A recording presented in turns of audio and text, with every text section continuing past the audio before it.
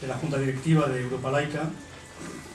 Agradecemos en primer lugar al Ateneo que nos haya cedido esta sala. Había hoy muchas actividades en el Ateneo y quizá pues por lo que veo se va a quedar un poco pequeña.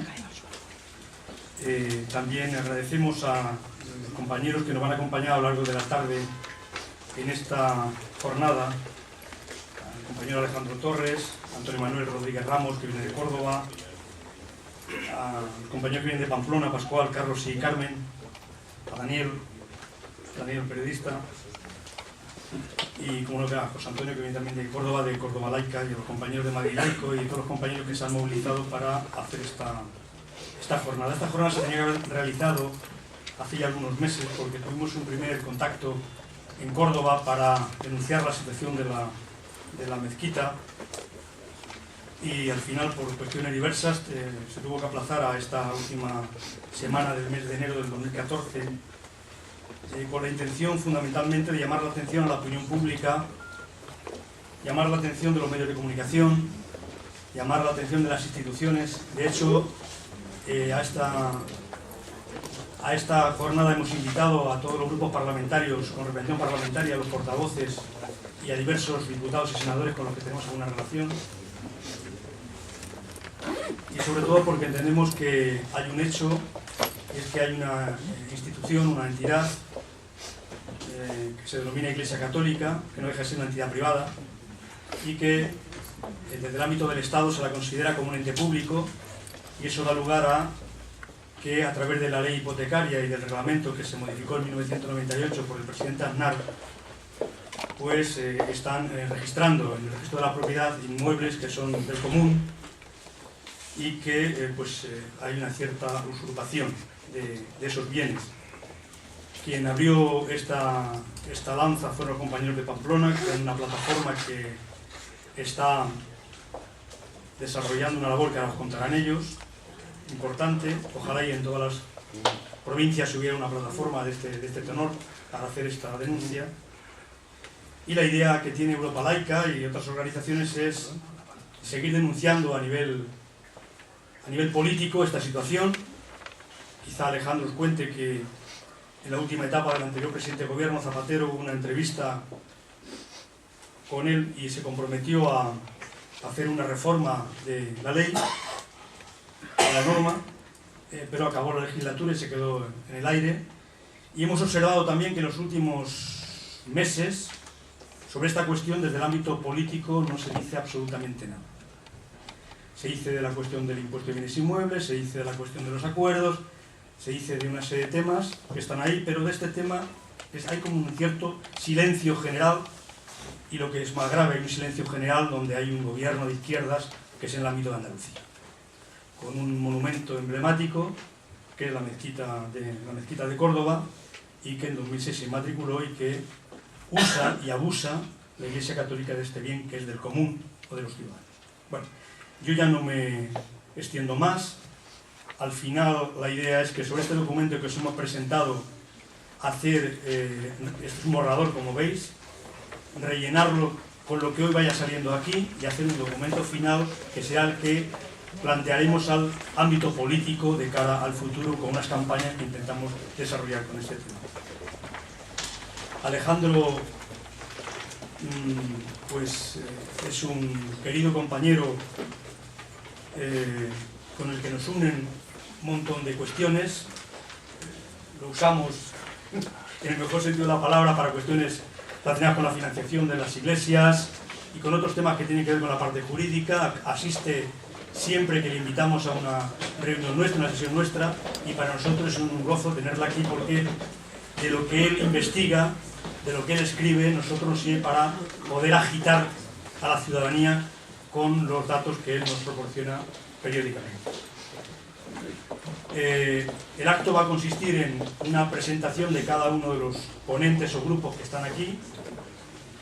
una intervención de entre 20 minutos y media hora aproximadamente de cada uno de ellos. Irán pasando por esta tribuna por el orden que os hemos entregado acá, y para al final pues hacer un resumen de todo lo que ha habido, y quizá si da tiempo, pues quien quiera hacer algún tipo de consulta o pregunta sobre el tema que nos ocupa esta tarde, pues se podrá hacer, depende de la hora que nos lleve. Alejandro, tienes la palabra. Muy bien, muchas gracias. Muchas gracias a Paco Delgado y a Europa Laica por invitarme a participar en este acto, y en cierto modo también por darme la oportunidad de que cosas que a veces solamente pensamos en la universidad y que quedan reflejadas en alguna revista científica que tiene muy poca difusión, y que de otro modo pues solo quedarían para un club muy restringido de personas, puedan llegar al gran público y todos podamos participar en el debate sobre una cuestión que resulta paradójica, pero que realmente es una realidad que se aplica. Y es que hay dos articulitos en la ley hipotecaria y en el reglamento hipotecario, en los 106 de la ley hipotecaria y el 304 del reglamento, que permiten que los obispos puedan emitir certificaciones de dominio y a partir de las cuales se puedan inscribir y matricular. Matricular es lo que significa inscribir por primera vez en el registro de la propiedad bienes a nombre de la Iglesia Católica. Por tanto, vamos a hablar del tema de las inmatriculaciones, es decir, de la posibilidad que tienen los obispos de, a partir de certificaciones de dominio emitidas unilateralmente por ellos, estos puedan inscribir a nombre de la Iglesia Católica bienes inmuebles. ¿Cuál es el origen de este privilegio? El origen de este privilegio está en la desamortización de Mendizábal. Todos sabemos que en el siglo XIX hubo dos grandes desamortizaciones, la primera, la de Mendizábal, en los años 30, y la segunda, la de Madoz, en los años 50. Pues bien, a raíz de la desamortización de Mendizábal de 1 de mayo de 1855, comienzan a desamortizarse por segunda vez bienes de la Iglesia. Para intentar recomponer las relaciones entre la Iglesia y Estado, hubo un convenio ley que se firmó el 4 de abril de 1860, en virtud del cual lo que se dice es, a partir de la entrada de vigor de este convenio, los bienes que se adquieran con posterioridad no van a estar sujetos a desamortización y la Iglesia no va a poder ser molestada en la posesión de estos bienes. Pues bien, para saber qué bienes están en posesión de la Iglesia sin que se les pueda atacar, porque han sido adquiridos después de este convenio, y cuáles sí que están sujetos a desamortización, lo que vamos a hacer es una serie de inventarios y para aclarar qué bienes están sujetos a uno u otro régimen. De hecho, en aplicación de este convenio se publicó un Real Decreto el 21 de agosto de ese año, de 1860, en virtud del cual se iba a llevar unos inventarios por triplicado en las diócesis, en que se iban a especificar qué bienes estaban en posesión de la Iglesia y, por tanto, no estaban sujetos a desamortización eclesiástica. En todo esto, en 1861 se crea el registro de la propiedad, y a partir de la creación del registro de la propiedad hay dos reales decretos de 6 de noviembre de 1863 y 11 de noviembre de 1864 que establecen un régimen de certificaciones posesorias, de la posesión, no de la propiedad, certificaciones de posesorias, que eran emitidas unilateralmente por los obispos y que eran susceptibles de ser inscritas en el registro de la propiedad. Miguel Rodríguez Blanco dice en este sentido que, dado que los bienes no se pueden adaptar a la situación de registro, de lo que se trató es artificialmente de intentar adaptar el registro de la propiedad a la situación de los bienes inmuebles. Pues bien, estábamos hablando en un primer momento de certificaciones posesorias. Este modelo se recoge en el reglamento hipotecario de 1915, pero cuando se produce la gran reforma hipotecaria de 1944-1946, lo que inicialmente eran certificaciones posesorias se convierten en certificaciones de dominio, en certificaciones de la propiedad. No se puede confundir lo que es la posesión con lo que es la propiedad, es decir, será un salto cualitativo muy importante. Un salto cualitativo que causó cierta perplejidad a autores hipotecaristas, como por ejemplo Roca Sastre, que apreció que realmente estábamos hablando de cosas ya muy distintas, estábamos tirando con calibre mucho más grueso. Lo cierto es que esto se puede explicar en un modelo pues, de Estado confesional, el modelo de un Estado confesional como era posterior a la dictadura, en que se da un trato francamente privilegiado a la Iglesia Católica. ¿Por qué? Porque personas que no son funcionarios públicos pueden emitir certificaciones de dominio, es decir, títulos que son susceptibles de ser inscritos en el registro de la propiedad. Con la Ley de Patrimonio del Estado, del 23 de abril de 1964, se deroga toda la legislación en materia de desamortización, pero paradójicamente se mantienen intactos estos privilegios a favor de la Iglesia Católica. Es más, había un articulito en el reglamento hipotecario, en el artículo 5, que exceptuaba de la posibilidad de inscribir los templos destinados al culto católico, de manera que no eran susceptibles en principio de acceder al registro de la propiedad. En el fondo era un dudoso privilegio, que consistía en una equiparación de los templos a las cosas públicas. A nadie se le ocurre inscribir una calle, inscribir una plaza o inscribir, pues no sé, algo que es de dominio público. Pues con los templos ocurría lo mismo. Esta situación, que era de dudoso privilegio para la Iglesia, se suprime por el gobierno Aznar en el año 1998. Y es curioso lo que decía la exposición de motivos, porque la exposición de motivos decía que era una situación inconstitucional, y claro que lo era. Se modifica esta situación, que paradójicamente perjudicaba a la Iglesia, porque yo tengo mi casa hipotecada, faltaría más, como todo españolito, pero la tengo escrita mi nombre en el registro de la propiedad, porque tener las cosas escritas da seguridad jurídica. Pues esta situación de dudoso privilegio para la Iglesia se modifica por el gobierno Aznar, pero el gobierno Aznar deja pasar una magnífica oportunidad de reformar los artículos 206 de la ley hipotecaria y 304 del reglamento, sobre los cuales también habría grandes dudas de inconstitucionalidad.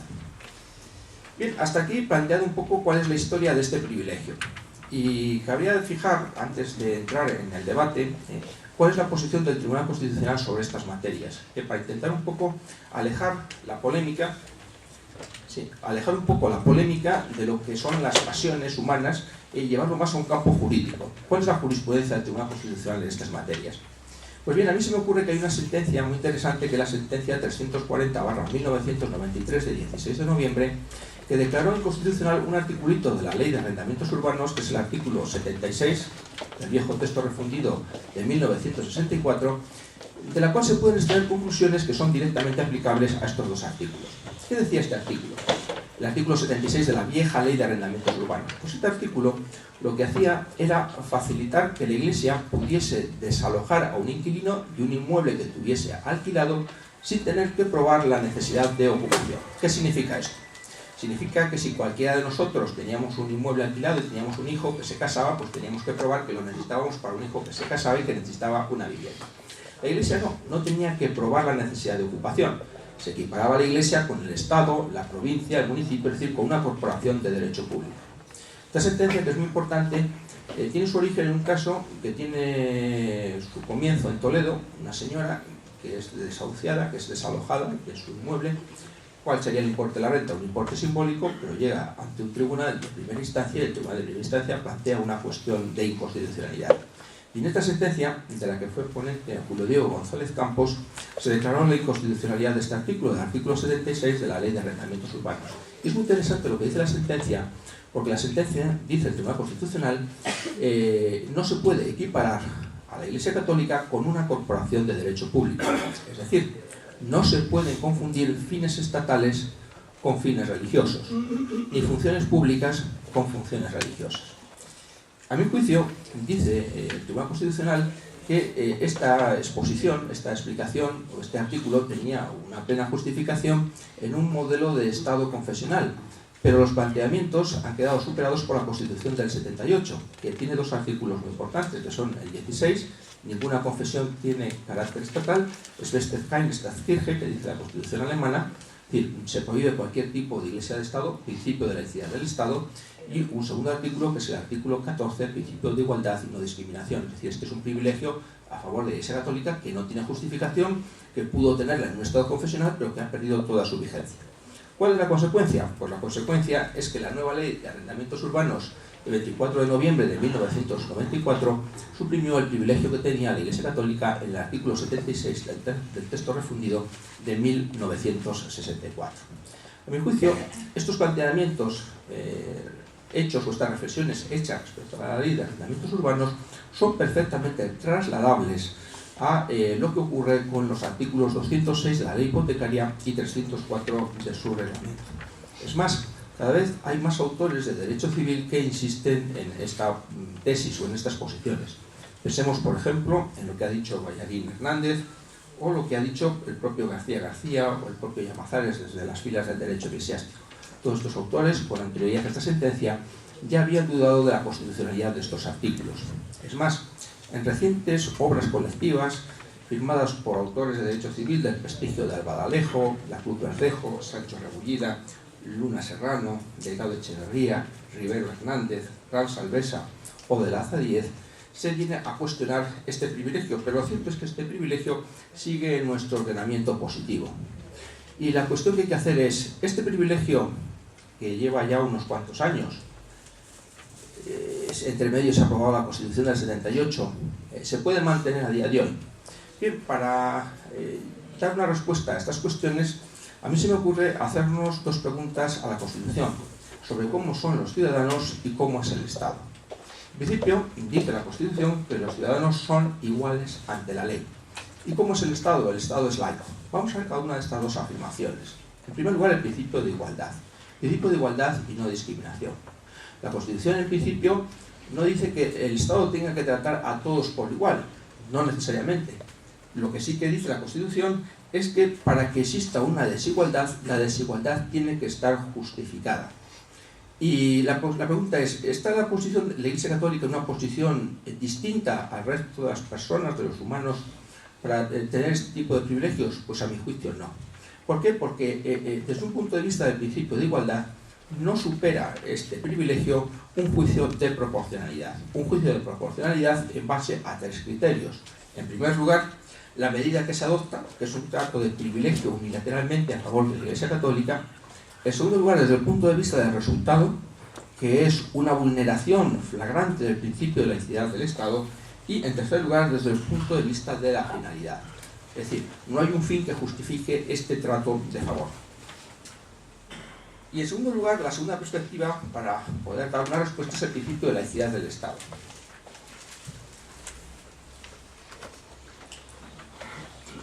No hay que tener miedo a las palabras. ¿Qué es esto de la laicidad? La laicidad significa básicamente dos cosas. Significa que el Estado es neutral. Es decir, todos sabemos lo que es ser neutral, todos sabemos lo que es el favoritismo. La neutralidad es la neutralidad. Todos tenemos una idea de justicia, de neutralidad, de equidad. Y en segundo lugar, segunda gran afirmación, que el Estado y la Iglesia se encuentran separados. Eso es lo que significa la laicidad del Estado. Por lo tanto, desde el punto de vista del principio de laicidad del Estado, a mí se me ocurre que podríamos plantearnos una regla de tres.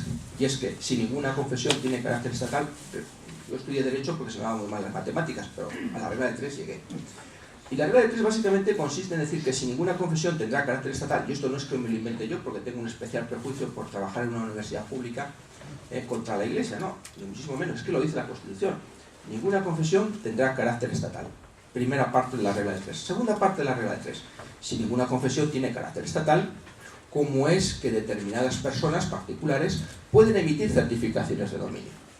Muchos de los que estamos en esta sala trabajamos en la administración pública, somos funcionarios públicos y a nadie se nos ocurre emitir un papelito diciendo, oiga, esta casa es mía, coja usted, señor registrador de la propiedad, y le escriba mi nombre. Por lo tanto, si estos señores no son funcionarios públicos, los obispos, ¿cómo es que están emitiendo certificaciones de dominio que les colocan en una posición semejante a los notarios? Cualquiera de nosotros que somos funcionarios públicos, cuando hemos comprado nuestra casa, hemos tenido que ir ante un notario y el contrato privado, elevarlo a escritura pública y entonces sí, ir al registro de la propiedad y escribir en el registro de la propiedad ese contrato privado que previamente ha sido elevado a escritura pública por un funcionario público. Y aquí cuando uno actúa como juez y como parte nos podemos encontrar como alguna sorpresa y pondré al final algún ejemplo. ¿Cuál ha sido la posición del Tribunal Supremo? El Tribunal Supremo ha tratado este tema en dos circunstancias concretas. La primera que llevó esto ante el Tribunal Supremo fue en la sentencia del 18 de noviembre del año 1996. El Tribunal Supremo dijo que la sentencia 340-93, a la que les he hecho referencia del Tribunal Constitucional, tenía un claro atractivo, encontraba muy sugerente los postulados, la palabra clave es sugerente, muy sugerente las tesis sostenidas por el Tribunal Constitucional, pero no lo aplicó las conclusiones porque no había sido planteado en el juicio a quo, es decir, en la primera instancia. De manera que, aunque en un obiter dictum, es decir, castellano corriente y moliente, de pasada, aunque de pasada encuentra el Tribunal Supremo sugerente esta tesis, al no haber sido planteado en la primera instancia, el Tribunal Supremo deja pasar la oportunidad para pronunciarse sobre esta cuestión. La segunda vez que el Tribunal Supremo se ocupó de estas materias fue en la sentencia del 16 de noviembre del año 2006. Aquí litigaba la Iglesia contra un municipio. Y lo que hizo el Tribunal Supremo, perdón por criticar la actuación del Tribunal Supremo, para eso está la libertad de cátedra, fue lavarse las manos. ¿Y qué es lo que hizo? Pues muy cínicamente decir, miren, principio de paridad de armas. Como los municipios también tienen la posibilidad de emitir certificaciones de dominio, usted, señor alcalde, que corrió menos, pero para usted, alguien se le anticipó y el que corrió más, para él. Yo que soy un niño de pueblo, perdón por la expresión, pero yo nací en un pueblo, soy un niño de pueblo, a mí esto me parece a una carrera de pillos. Es decir, el que más corre, primero llega al registro y escribe a su nombre. ¿Y esto tiene consecuencias? Pues sí, las tiene muy grandes. ¿Por qué? Porque el registro se presume exacto y se produce el traslado de la carga de la prueba. Y esto desde el punto de vista del día a día es terrible, porque el señor que tiene que impugnar el asiento registral es el que tiene que probar que el registro es inexacto. Y esto tiene unas consecuencias terribles, especialmente para los ayuntamientos, porque es muy difícil conservar las facturas de cómo se construyó una iglesia en el siglo XIII. Yo conozco muy pocas. Es decir, el traslado de la carga de la prueba, la carrera de pillos. ¿Cómo resolver este problema? A mi juicio, estos dos artículos son marcadamente inconstitucionales. ¿Se podría resolver esto aplicando una vis expansiva del principio de igualdad? Lo dudo. Porque ¿hasta dónde llegaría ese principio de igualdad? ¿Se lo reconoceríamos a todas las confesiones con acuerdo? Además de la Iglesia Católica, los evangélicos, los judíos o los musulmanes. ¿O a todas las que sin tener acuerdo tienen declaración de notorio arraigo? Los mormones, los budistas, los ortodoxos, los testigos de Jehová. O a todas las inscritas, es decir, café para todos, algo tan español como el café para todos. Muy bien, resolveríamos este problema desde el principio de igualdad, pero ¿y desde el principio de la laicidad del Estado? Es que la Constitución dice que ninguna confesión tendría carácter estatal. Perdón por provocarles, yo si fuera profesor en Inglaterra les explicaría el código de circulación inglés y les diría que hay que conducir por la izquierda. A mí me gusta mucho conducir por la izquierda, porque cuando voy a Inglaterra, pues hombre, me encuentro mucho más cómodo conduciendo por la izquierda. Cuando vuelvo a la península, pues la verdad es que es una lata tener que conducir por la derecha. Sin embargo, en la península conduzco por la derecha, en Inglaterra conduzco por la izquierda. ¿Es mejor conducir por la izquierda o por la derecha? Yo no lo sé, pero lo cierto es que la Constitución dice que ninguna confesión tendrá carácter estatal. Y esto hay que llevarlo a la práctica. Yo no les digo si es mejor conducir por la izquierda o por la derecha. Lo cierto es que la Constitución dice que hay que conducir, en este caso, por la derecha, es decir, que ninguna confesión tendrá carácter estatal. Y esto tiene consecuencias. Y luego sigue la famosa regla de 3, si ninguna confesión tiene carácter estatal, ¿cómo es que estos señores están emitiendo certificaciones de dominio? ¿Quién les ha dado función? ¿Quiénes han dado fe pública? ¿Son acaso funcionarios públicos? ¿Dónde está el principio de laicidad del Estado? ¿Dónde está el principio de igualdad? Si hubiese aquí, por ejemplo, un musulmán y nos dijera, explíqueme usted el principio de igualdad y no discriminación. O un budista, un testigo de Jehová, que tampoco tienen esta prerrogativa. Por lo tanto, el dilema es de cierto modo complicado. ¿Cómo resolver este problema? Para los ciudadanos siempre que se les presente este problema, ir a juicio y plantear una cuestión de inconstitucionalidad, es decir, sugerir al juez que plantee una cuestión de inconstitucionalidad, como dice aquella señora de Toledo con la ley de arrendamientos urbanos. Esto para los ciudadanos. Para el legislador, pues muy probablemente cambiar la ley. Estuvimos hablando con Álvaro Cuesta hace 2 o 3 años, antes de que se disolviese, esto fue unos Sanfermines, el Parlamento se disolvió anticipadamente en agosto y se acabó esta posibilidad. Pero lo cierto es que tenemos estos 2 artículos que son manifiestamente inconstitucionales. Y para la jurisdicción ordinaria, pues a mi juicio, la consecuencia es que tiene que aplicar la Constitución con todas sus consecuencias. Es una norma anterior a la Constitución y contraria a ella, por lo tanto no la tendría que aplicar, o cuanto menos plantear una cuestión de inconstitucionalidad.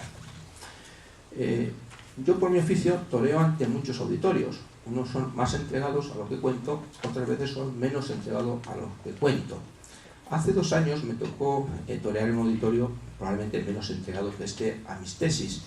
Y para que los alzacuellos no se volviesen con lo que yo estaba contando, les puse un ejemplo de Pamplona. Pamplona es una ciudad que es muy bien conocida, especialmente por la gente de mi gremio, pues que nos dedicamos al estudio de las relaciones Iglesia-Estado. Y en la ciudad de Pamplona, conocida por todos, hay una iglesia que es la iglesia de San Nicolás, que justamente está entre el casco viejo y lo que es el ensanche, en el pleno paseo de Sarasate. Conocemos todos dónde está la iglesia de San Nicolás. Sin necesidad de ser un experto en arte, licenciado en arte o en historia antigua, uno ve la iglesia de San Nicolás y ve perfectamente que tiene un pegote, perdón por la expresión pegote a las 5 de la tarde, pero tengo que evitar que la gente se me duerma, un pegote que tiene una forma de atrio, que es claramente un añadido muy posterior. Eso lo hizo alguien, ahí se quedó, pero lo cierto es que restringe el tráfico, el paso desde el casco viejo a lo que es el ensanche.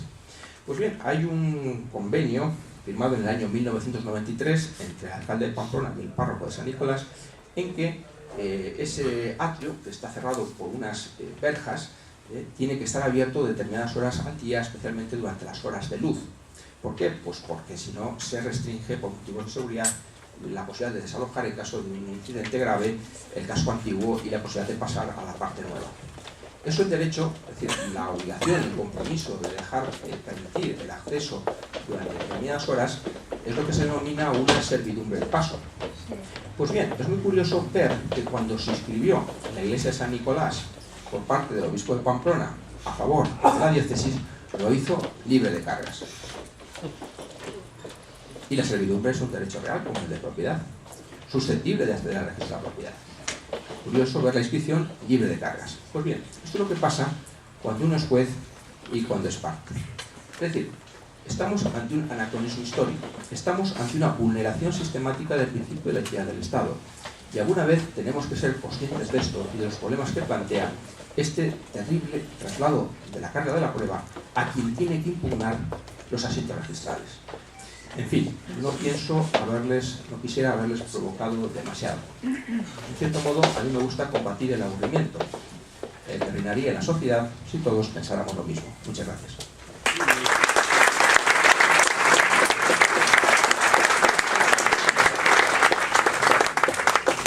Bueno, gracias, Alejandro.